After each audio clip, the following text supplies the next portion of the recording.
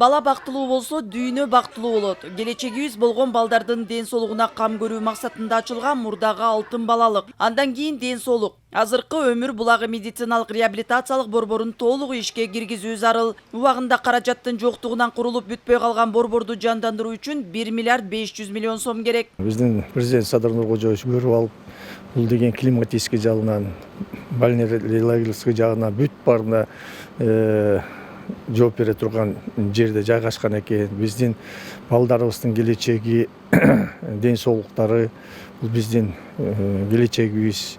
Ушуну бүтүрүш керек экен деп абдан ойлонуп, анан саламаттык сактоо министерствосуна тапшырган. Бул жердин эң уникалдыгы, ал план боюнча 250 балага жана 250 эне атасына байгаштап курулган. Мамлекет башчысынын жеке көзөмөлүнө алынган борбор долбоорго ылайык 8 блоктон турат. Анда онкология, пульмонология, гинекология, балдар хирургиясы, функционалдык диагностика жана неврология бөлүмдөрү жайгашат. Ошондой эле салуу блогу, клиникалык лаборатория, коомдук тамактануу бөлүмү жана кир жуучу жайы да болот. Учурда бейтапкана, клиникалык лаборатория жана уникалдуу диагностикалык жабдуулар, магниттик резонанстык томография бар. Азыркы кезде 2 отделение ачтык.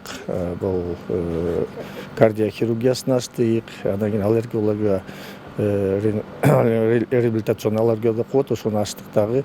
Ал жерде иштей баштап, азыркы күнгө 5-6 баланын жүрөгүнө операция кылынды, иштеп атат. Стройка жактан болсо, 2-чи спальный корпус, столовый, биохимический лаборатория бүтпөй калган. Мына азыр Кудай буйруса крышалары жабылып, строительный иштер аткарылып жатат. Спонсорлор дагы пайда болуп, спонсорлор да келип атышат.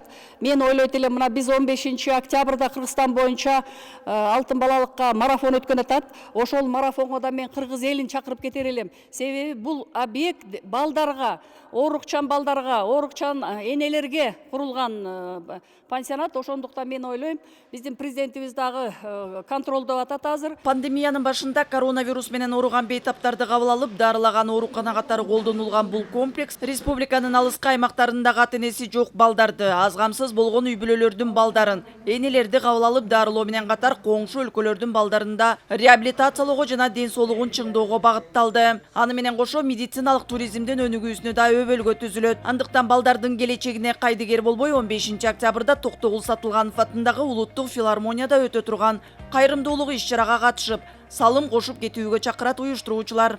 Кыял Шаршеева, Нуркамил Асанов, Ала Тоо 24.